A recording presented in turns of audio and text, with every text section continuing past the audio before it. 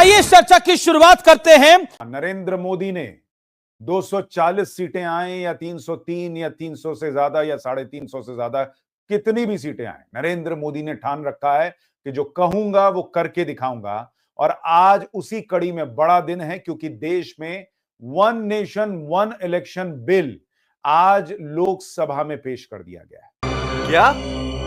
ये क्या बक रहे हो मादरचोद? और नरेंद्र मोदी के लिहाज से ये गेम चेंजर बिल है जो देश के लिए गेम चेंजर साबित होगा, सिर्फ मोदी के लिए नहीं कह रहा। Mister Donald Trump, mister Donald Trump.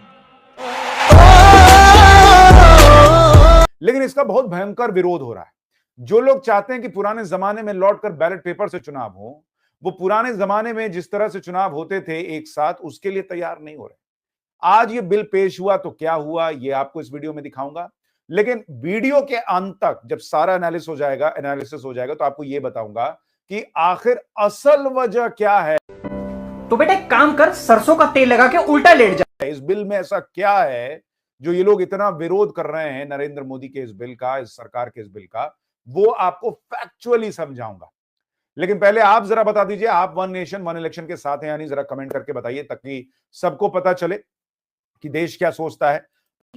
बहुत तेज हो रहा है। पहले आज की बड़ी खबर आपको बता दूं, एक देश एक चुनाव बिल लोकसभा में पेश हो गया। पहले पेश हुआ तो वोटिंग को लेकर हंगामा हुआ कि भाई कम वोट गिन रहे हैं, ये हो रहे हैं, ज्यादा हो रहे हैं। अमित शाह ने कहा कि भाई काम कीजिए, पर्ची दे दीजिए। और उसके बाद वोटिंग हुई तो 269 वोट इस बिल के पक्ष में पड़े हैं और विपक्ष के 198 वोट पड़े हैं। यानी विपक्ष ने इस बिल को जो रोकने का प्रयास किया वो कर नहीं पाया और वहां उसको मुंह की खानी पड़ी। दूसरी बात, अब आप सुनिए कैसा कैसा लोग तर्क दे रहे हैं। धर्मेंद्र यादव जो समाजवादी पार्टी के सांसद हैं, उन्होंने कहा यह मुसलमान विरोधी बिल है। कौन है ये लोग? कहां से आते हैं? मतलब देश में एक साथ चुनाव हो जाएंगे तो मुसलमान का विरोध हो जाएगा। मतलब ये कहां से आते हैं ये लोग, कौन है ये लोग?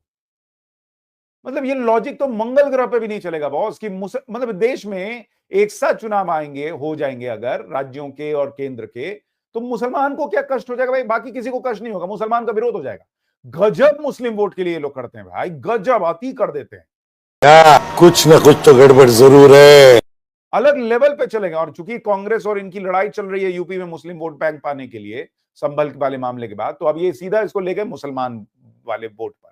आगे सुनिए, आम आदमी पार्टी कह रही है भाई, उनके संजय सिंह खड़े हुए, उन्होंने कहा कि नरेंद्र मोदी अभी ये बिल ला रहे हैं, उसके बाद चुनाव ही खत्म कर देंगे। इस देश में चुनाव खत्म हो जाएगा। आप देखते होंगे अलग अलग राज्यों के चुनाव से पहले पेट्रोल का दाम कम हो जाता है, डीजल का दाम कम हो जाता है, लोगों को राहत मिलती है। अब क्या है कि 5 साल में एक बार चुनाव होगा तो मोदी जी पेट्रोल डीजल के दाम बढ़ा देंगे। पेट्रोल 250 रुपए डीजल मिलने लगेगा,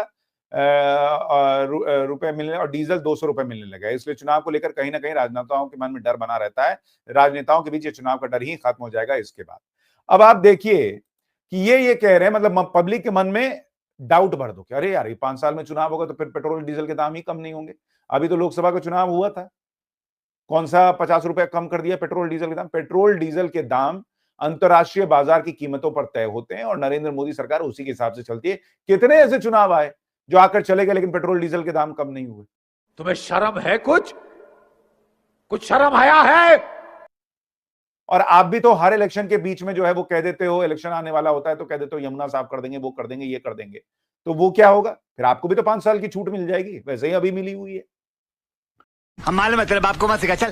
तो ये आम आदमी पार्टी का तर्क है। एक भाई साहब हैं मनीष तिवारी, ये कांग्रेस के सांसद हैं। इन्होंने क्या कहा भाई?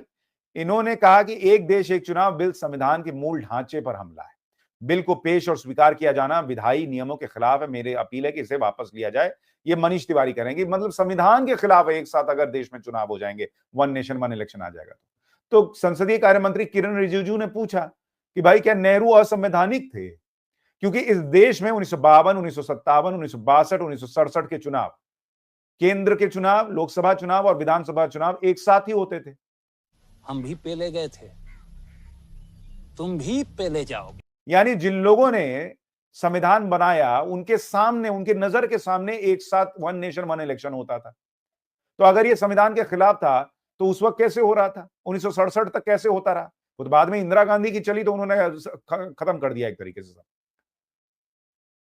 तो ये इस तरह की बात है। अब एक बार जरा ओवैसी को सुनिए, फिर आपको बताता हूं इसके पीछे की विरोध की असली वजह क्या है। अभी मजा आएगा ना भिड़ो। It's the right to democratic self-government, which is part of Article 1419. And if a legislative assembly is dissolved, sir, and midterm elections are conducted, the tenure of that assembly will not be for 5 years, sir. This in itself is a violation of parliamentary democracy, which envisages a tenured legislature. Sir, constitutional scheme makes it clear that once elections are conducted, the House should have a right to function for next 5 years. This is a violation of basic structure. That such a provision is being done for administrative convenience, not for constitutional purpose. Sir, the principle of federalism means that states are not mere appendages of the center. States are not dependent on the union for the existence. This is the violation of federalism, sir. Sir, in conclusion, Parliament is not competent to make any law that violates fundamental rights or the basis of the Constitution, sir. This bill indirectly introduced a presidential style of democracy. This bill is based on maximizing political gain and convenience. This bill will finish off regional parties. This bill is only brought in to massage the ego of the supreme leader. वाह रे वाह, वाह रे वाह, मजा आ गया, मजा आ गया, मजा आ गया, क्या बात बोली। तो ओवैसी कह रहे हैं कि ये बिल, ये वन नेशन वन इलेक्शन होगा तो क्षेत्रीय पार्टियां खत्म हो जाएंगी। भाई जब पहले देश में वन नेशन वन इलेक्शन होता था तो क्षेत्रीय पार्टियां खत्म नहीं होती थी, तो और क्षेत्रीय पार्टियां कैसे खत्म हो जाएंगी, जरा समझाइए इसको। भड़वे तेरी दादागिरी निकाल दूंगा मैं, समझा। और दूसरा कह रहे हैं कि नरेंद्र मोदी के ईगो मसाज के लिए आया है। नरेंद्र मोदी का ईगो मसाज होना होता तो क्या वो काम होता जिसके बारे में आज अमित शाह ने बताया है। सुनिए अमित शाह ने क्या कहा है, उसके बाद आगे की बात बताता हूं। इस पेशे को भड़वागिरी कहते हैं कि इसको जेपीसी को दे देना चाहिए। जब ये संविधान सुधार का विधेयक, संवैधानिक संशोधन जब कैबिनेट में चर्चा में आया, तब प्रधानमंत्री जी ने स्वयं मंशा व्यक्त करी थी कि इसको जेपीसी को देना चाहिए। इस पर विस्तृत चर्चा सभी स्तर पर होनी चाहिए। इसलिए मुझे लगता है कि इसमें सदन का ज्यादा समय जाया करे बगैर, अगर मंत्री जी कहते हैं कि इसको जेपीसी को सौंपने के लिए वो तैयार है, तो जेपीसी में होगी और के रिपोर्ट के आधार पर कैबिनेट इसको पारित करेगी, तब भी फिर से चर्चा होनी है। तो मैं मानता हूं कि माननीय मंत्री जी अगर जेपीसी में रखने की इच्छा व्यक्त करते हैं तो यहीं पर एक चीज समाप्त हो जाएगी। क्या क्या कहना क्या चाह रहे हैं भाई आप। यानी अमित शाह ने खड़े होकर क्लियर कर दिया कि जब कैबिनेट के पास ये वन नेशन वन इलेक्शन का बिल आया तो प्रधानमंत्री नरेंद्र मोदी ने खुद कहा कि इसको जेपीसी में भेज दीजिए, सदन में रखिए, उसके बाद ज्वाइंट पार्लियामेंट्री कमेटी के पास भेज दीजिए, जिसमें अलग अलग दलों के लोग होते हैं, वो अपनी राय रखते हैं, सुझाव देते हैं कि इसमें क्या अच्छा हो सकता है, क्या बुरा हो सकता है, क्या चेंजेस करने। यानी नरेंद्र मोदी खुद चाहते हैं कि सारे दल के लोग इसको लेकर चर्चा करें, पहले जेपीसी में चर्चा करें, फिर एक जो है और रिफाइंड बिल आए, उस पे सदन में चर्चा हो और उसके बाद देश में ये लागू। पहले ही फैसला कर ले। ये 50 शेड्स ऑफ बकचोदी मुझे समझ में नहीं आ रही है। क्या क्या क्या क्या चाहिए, क्या किस चीज की जरूरत है तुझे। तो नरेंद्र मोदी के ईगो का प्रश्न क्या हो गया। नंबर तो था ही भाई, वो कहते कि भाई हम जो है उसको इसी तरह से करा लेंगे। आप देखिए ना भाई, जिस तरह से इस मुद्दे पर जब रामनाथ कोविंद समिति बनी तो 47 राजनीतिक दलों ने अपनी राय दी, उसमें से 32 ने समर्थन किया कि भाई ये इसी तरह से वन नेशन वन इलेक्शन होना चाहिए। 15 ने विरोध किया। जिन 15 ने विरोध किया उनके सांसदों की संख्या 205 है, वोट पड़े 198। 7 सांसद कहां गए पहले तो ये पता कीजिए। उसके बाद इन्होंने सिफारिश क्या की थी, सभी राज्य और विधानसभाओं का कार्यकाल, कोविंद कमेटी ने कहा था कि भाई एक काम कीजिए, जो अभी सरकारें जहां जहां चल रही हैं उसको बढ़ा के 2029 तक कर दीजिए। 2029 में जब लोकसभा का चुनाव होगा उसी में साथ में विधानसभा का चुनाव हो जाएगा, वन नेशन वन इलेक्शन हो जाएगा। इसमें दिक्कत कहां है? Good question, you are a good question. Actually दिक्कत क्या है वो मैं आपको अभी बस थोड़ी देर में बताऊंगा। आप भी कहेंगे कि वो बॉस ये है मामला, लेकिन उसके पहले आप ये समझिए, आपके मन में भी प्रश्न आ रहा होगा कि कहीं बीच में ही सरकार गिर गई तब क्या कीजिएगा। उसका भी प्रावधान क्या है वो आपको बता देता हूं। देखिए, ये जो संविधान संशोधन बिल आया है उसके जरिए होगा क्या। एक तो अनुच्छेद 82A इसमें जोड़ा जाएगा ताकि लोकसभा और राज्य विधानसभा के चुनाव एक साथ कराए जा सके। अनुच्छेद 83 इसमें जो है संसद के दोनों का सदनों का जो कार्यकाल होता है उसमें संशोधन किया जाएगा। और अनुच्छेद 172 राज्य विधानसभाओं का जो कार्यकाल है और अनुच्छेद 327 विधानसभा के चुनाव से जुड़े कानून बनाने में संसद की शक्ति में संशोधन किया जाएगा। बिल के जरिए प्रावधान क्या किया जाएगा, अब इसको सुनिए, बड़ा इंपॉर्टेंट है। लोकसभा की पहली बैठक की तारीख पर राष्ट्रपति नोटिफिकेशन जारी करेंगे। नोटिफिकेशन जारी करने की तारीख को अपॉइंटेड डेट कहा जाएगा। लोकसभा का कार्यकाल अपॉइंटेड डेट से 5 साल का होगा। लोकसभा या किसी राज्य की विधानसभा समय से पहले भंग होने पर बचे हुए कार्यकाल के लिए चुनाव कराया जाएगा।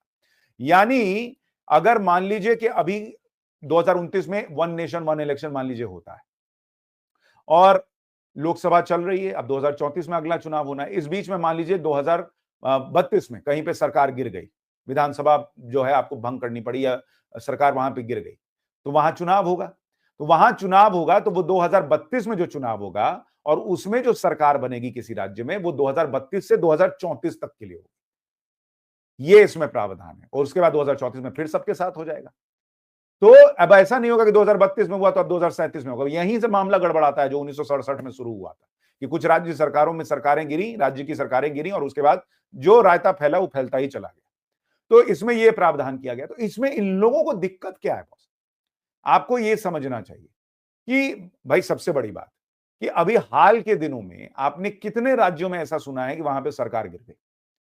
कितने राज्यों में? हाल फिलहाल में आपको एक महाराष्ट्र याद आएगा जहां पर सरकार जो है वो पलट गई, या एकाध इक्का दुक्का आपको उदाहरण नजर आएगा। तो भाई बीच में चुनाव होने की प्रक्रिया जो है वो वैसे भी अभी बहुत कम है। 5-5 साल के कार्यकाल पूरे हो ही रहे हैं लगभग हर राज्य में। तो अगर वो एक साथ भी चुनाव हो गए और 5 साल का कार्यकाल पूरा कर रहे हैं तो आपको दिक्कत क्या है? और बीच में जहां सरकार गिरती है, ये लोग कहते हैं बीजेपी मशीनरी का इस्तेमाल करके, पैसे का इस्तेमाल करके सरकारें गिरा देती है। तो फिर तो बीजेपी को नुकसान है कि वो बीच में मान लीजिए सरकार गिराएगी और उसके बाद 2 साल, 1 साल, 3 साल के लिए ही उसका कार्यकाल होगा, फिर नया चुनाव हो जाएगा। भाई अभी शिवसेना कह रही थी ना कि हम राज्य विधानसभा के चुनाव में महाराष्ट्र में बता देंगे कि असली शिवसेना कौन है, असली एनसीपी कौन है। तो आपको उसके लिए इंतजार ही नहीं करना पड़ेगा। जैसे 5 साल पूरा होगा, मतलब जो टेन्योर पूरा होगा, आप उसमें जवाब दे दीजिए। तो बीजेपी अगर पैसे का खेल करके, मशीनरी का इस्तेमाल करके सरकारें गिरा देती है तो इसमें तो बीजेपी को चिंतित होना चाहिए कि मैं एक तो गिराऊंगा सरकार और उसके बाद जो है वहां पर 2 साल के लिए, 1 साल के लिए सरकार रहेगी। इसमें ये लोग क्यों परेशान हो रहे हैं? इनको तो खुश होना चाहिए कि भाई तुरंत आपको मौका मिलेगा जवाब देने का। असली समस्या की जड़ कहां है आपको ये समझना चाहिए, क्योंकि असली समस्या की जड़ वो नहीं है जो ये दिखा रहे हैं। कोई क्षेत्रीय दल खत्म नहीं होने वाला। भाई 5 साल के लिए अगर मान लीजिए टीडीपी की सरकार है तो टीडीपी कैसे खत्म हो जाएगी बीच में? भाई अभी भी 5 साल है, पहले भी 5 साल रहता, एक साथ चुनाव होना है, बस ये वाली बात है। तो इसमें दिक्कत इनको कहां आ रही है? भाई इनकी सबसे बड़ी दिक्कत तो यह है, पहली चीज, कि नरेंद्र मोदी कर रहे हैं। नया संसद भवन बना, सारे लोग लिख कर दिए हुए थे 2011 से कि भाई पुराना संसद भवन बहुत खतरनाक हो गया, कभी भी कोई हादसा हो सकता है। लिखने के बावजूद कोई कुछ नहीं कर रहा था। नरेंद्र मोदी ने कहा कि चलो मैं करके देता हूं। किया, विरोध कर रहे हैं, इसको नहीं बुलाया, उसको नहीं बुलाया, ऐसा कैसे कर दिया, ये कैसे हो गया, वो कैसे हो गया, नया संसद भवन बन गया। लेकिन विरोध क्यों हुआ? क्योंकि मोदी ने किया। राम मंदिर, कौन बात का विरोध किए बॉस आप? सिर्फ इसलिए क्योंकि मोदी के कार्यकाल में बन गया। ऐसी कितनी ही चीजें हैं जो देश में अच्छी हुई हैं, लेकिन ये लोग विरोध किस लिए करते हैं कि भाई नरेंद्र मोदी का नाम हो जाएगा, अभी ही आदमी नहीं हार रहा है। इस पेशे को भड़वागिरी कहते हैं। और वन नेशन वन इलेक्शन में इनकी सबसे बड़ी दुखती नब्ज क्या, अब मैं आपको वो बताता हूं। इनकी सबसे दुखती भी नब्ज है दरअसल ये। कहानी ये है कि रिपोर्ट कहती है कि वन नेशन वन इलेक्शन अगर आया तो भारत की आर्थिक विकास दर बढ़ जाएगी। One nation one election GDP को बढ़ा देगा, बूस्ट कर देगा, महंगाई को घटा देगा, कुछ भी प्राइवेट इन्वेस्टमेंट बढ़ा देगा। और ये सारी चीजें अगर हो गई तो ये लोग मोदी को हराएंगे कैसे? क्योंकि ये रिपोर्ट कहती है कि अगर जो भाई बार बार मॉडल कोड ऑफ कंडक्ट लगता है, सरकारें जो है वो काम नहीं कर पाती, योजनाएं रुक जाती हैं, ऐसा कर करके कई बार ऐसा होने की वजह से, चुनाव की वजह से, मतलब देश में काम रुका रहता है। जो सरकारी कर्मचारी हैं उनको आप ड्यूटी पे लगाते हैं तो उससे काम प्रभावित होता है। इसकी वजह से अनुमान यह है कि अगर वन नेशन वन इलेक्शन आ गया तो जो आपकी जीडीपी की ग्रोथ है वो 1.5% का जंप आ जाएगा। और वो 1.5% का जंप आने का मतलब है कि करीब 4.5 लाख करोड़ रुपए देश को फायदा होगा। और 4.5 लाख करोड़ रुपए का मतलब करीब करीब ये है कि जो आप हेल्थ केयर पे पैसा खर्च करते हैं, ऑलमोस्ट उसका आधा आप यहां से निकाल लेंगे, और जो एजुकेशन पे खर्च करते हैं उसका 1/3 यहां से निकाल लेंगे। तो अगर लोग ज्यादा पढ़ गए, स्वास्थ्य बेहतर हो गया, इकोनॉमी बेहतर हो गई, तो मोदी को हराएंगे कैसे? इनकी समस्या ये है। दूसरी बड़ी बात, ये रिपोर्ट कहती है कि भाई इन्फ्लेशन, महंगाई जो है वो करीब 1% और कम हो जाएगी। भाई दुनिया वैसे ही महंगाई से बाप बाप की हुई है कोरोना के बाद, युद्ध के समय। नरेंद्र मोदी ने डबल डिजिट में महंगाई को जाने नहीं दिया, 5-6% के आसपास पकड़ के रखा हुआ है। अब उसमें 1% और गिर गया तो ये लोग कहां छाती पीटेंगे बॉस, करेंगे क्या? इनकी समस्या ये है। शाबाश बेटा, बहुत बढ़िया मुन्ना। इनकी दूसरी बड़ी समस्या ये है, तीसरी बड़ी समस्या, कि जो माइग्रेंट वर्कर्स हैं, जो बाहर से आकर काम करते हैं, उनको बार बार जो है वो इधर से उधर जाना पड़ता है वोट डालने के लिए। उनका पैसा बच जाएगा, उनका पैसा बचेगा, उनकी स्थिति बेहतर होगी तो फिर वो मोदी को वोट देंगे, तो मोदी को हराएंगे कैसे? और प्राइवेट इन्वेस्टमेंट, क्योंकि बार बार सरकारें चेंज होती हैं, जो इन्वेस्टर है वो भी डरा रहता है कि पता नहीं ये सरकार गई, अगली आई, वो क्या करेगी नहीं करेगी। 5 साल वो भी निश्चिंत है कि इन्वेस्टमेंट करने पे कोई स्थिति में बदलाव नहीं आना है, तो भाई वो भी अपना बेहतर इन्वेस्टमेंट करेगा। ज्यादा इन्वेस्टमेंट करेगा तो अभी शेयर बाजार जो है वो रॉकेट बना हुआ, देश की अर्थव्यवस्था रॉकेट बनी हुई, मोदी रुकेंगे कैसे? मेरे को जानता नहीं है ये। इनकी समस्या की जड़ ये है बॉस, नहीं तो वन नेशन वन इलेक्शन से इनकी सेहत पे कोई असर नहीं पड़ना। भाई 2027 में यूपी का चुनाव होना, वो अगर 2024 में मान लीजिए अभी हो जाता तो क्या फर्क पड़ता? अखिलेश यादव को तो और मोमेंटम मिलता। भाई आपने जो भी नैरेटिव फैलाया कि आरक्षण खत्म हो जाएगा, ये हो जाएगा, उसका तो फायदा मिल जाता ना आपको। लोकसभा में मिला, वही साथ में यूपी में मिल जाता, आपकी तो यूपी में सरकार बन जाती, आपकी तो बल्ले बल्ले हो जाती। लेकिन क्यों ये क्योंकि इनको पता है कि इस तरह का झूठा नैरेटिव बार बार चलेगा, और अगर ये हो गया, देश का पैसा बच गया, देश की विकास दर बढ़ गई, देश में विकास ज्यादा होने लगा, इंफ्रास्ट्रक्चर बेटर डेवलपमेंट होने लगा, महंगाई घटने लग गई, लोगों का जीवन सुधरने लग गया, तो बॉस अभी मोदी नहीं हार रहे। क्या बात है सर, क्या बात है सर, क्या बात, ये बात है। उसके बाद हम करेंगे क्या? और 5 साल राहुल गांधी फिर करेंगे क्या? भाई अभी तो ये रहता है कि ये चुनाव में चलो खत्म हो गया मामला, अगले में हम विश्वास दिला देंगे अपने कार्यकर्ताओं को कि हम अगले में, तुमको देखना अभी कैसे, अभी देखो अभी अगला मैच में हम क्या करेंगे। अब अगला मैच ही 5 साल बाद आना है, तो ये जो बड़े बड़े लीडर हैं, जो कभी ईवीएम को कोसते हैं, कभी पत्रकार को कोसते हैं, कभी इसको कोसते हैं, कभी उसको कोसते हैं, वो करेंगे क्या? 5 साल में तो इनका कार्यकर्ता ही इनको खा जाएगा कि अब तुम्हारे चक्कर में हमको 5 साल बैठना पड़ेगा। ये लोग इस वजह से घबराए, ये सिर्फ अपने स्वार्थ के लिए, देश का नुकसान करने के लिए वन नेशन वन इलेक्शन का विरोध कर रहे हैं, और कोई वजह नहीं है। ये आपको मैं फैक्ट्स के साथ बता रहा हूं। आपकी राय क्या है? ये सब सुनने के बाद मुझे कमेंट करके जरूर बताइएगा। नमस्कार। क्या? ये क्या बक रहे हो मादरचोद? तू ऐसी जिंदगी पर